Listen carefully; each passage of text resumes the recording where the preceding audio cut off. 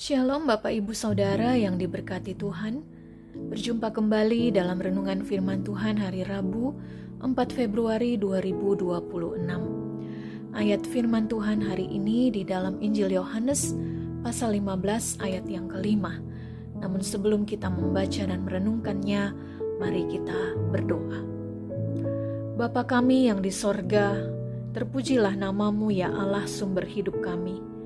Engkaulah yang memberkati kami hingga hari ini. Kami ada lagi bersama-sama untuk merenungkan firman-Mu. Biarlah Tuhan yang terus menuntun dengan kuasa Roh-Mu yang kudus.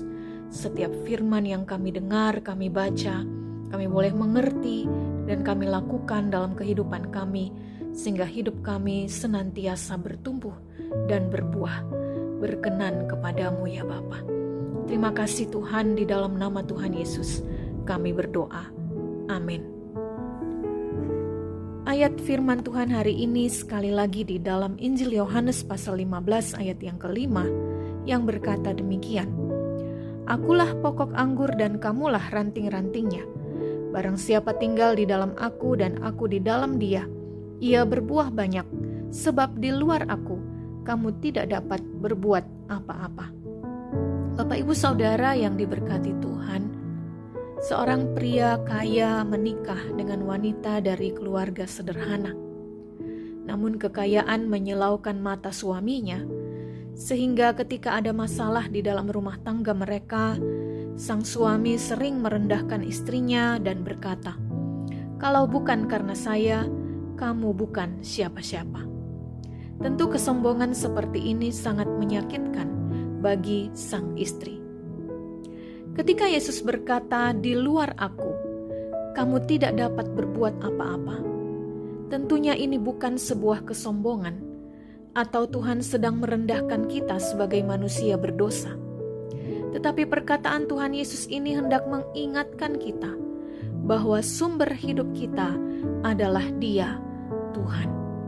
Sama seperti ranting-ranting anggur mendapatkan kehidupannya dari sang pokok anggur, demikianlah kita akan hidup, bahkan memiliki hidup yang berkualitas, hidup yang berbuah, hidup yang berdampak, hidup yang menjadi berkat bagi orang lain, hanya jika kita melekat kepada Kristus sebagai sumber hidup kita.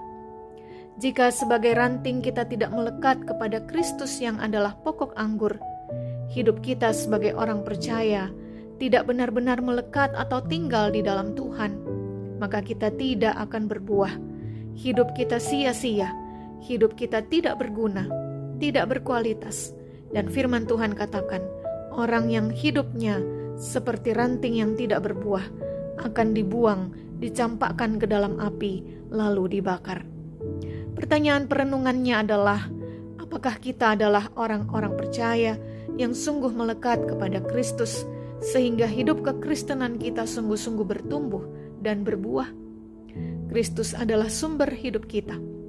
Tapi ada banyak orang yang tidak benar-benar melekat kepada sang sumber hidup, melainkan lebih melekat kepada apa yang ada di dunia, entah itu harta, pangkat atau jabatan, karir, pekerjaan, segala sesuatu yang dianggap adalah sumber hidupnya. Kita diingatkan untuk sungguh-sungguh melekat kepada Kristus, hidup di dalam Tuhan, yakni firman-Nya tinggal di dalam kita, untuk kita dengar dan kita lakukan dalam pikiran, perkataan, dan perbuatan kita. Sehingga hidup yang hanya sekali ini tidak menjadi sia-sia, tetapi menjadi hidup yang sungguh bermakna, berkenan bagi Tuhan, dan menjadi berkat bagi sesama. Mari kita berdoa. Bapa di sorga, tuntunlah kami dengan Roh Kudus-Mu Tuhan, supaya firman-Mu sungguh tinggal di dalam kami. Kami benar-benar boleh menjadi pendengar dan pelaku firman yang setia. Kami senantiasa menjadi pengikut-pengikut Kristus yang sungguh melekat kepadamu ya Tuhan, sehingga hidup kami adalah hidup yang berkualitas, hidup yang bertumbuh dan berbuah, menjadi berkat bagi banyak orang, membawa dampak yang baik kepada banyak orang. Terima kasih Tuhan, tolong kami untuk boleh selalu menghidupi firman-Mu ya Tuhan. Dan tuntun juga kami sepanjang hari ini, supaya kami juga berjalan selalu di dalam terang kebenaran firman-Mu. Terima kasih Bapa, hamba-Mu berdoa menyerahkan setiap orang yang mendengarkan renungan ini. Diberkatilah mereka dalam kehidupan pribadi, keluarga, pekerjaan, pelayanan, semua hal yang mereka kerjakan hari ini menjadi berkat dan sukacita damai sejahtera berlimpah-limpah dalam kehidupan mereka. Terima kasih Bapa, ini kami anak-anak-Mu yang datang berdoa di dalam nama Tuhan Yesus yang mengajar kami berdoa bersama-sama. Bapa kami yang di sorga, dikuduskanlah nama-Mu, datanglah kerajaan-Mu, jadilah kehendak-Mu di bumi seperti di sorga. Berikanlah kami pada hari ini makanan kami yang secukupnya, dan ampunilah kami akan kesalahan kami, seperti kami juga mengampuni orang yang bersalah kepada kami.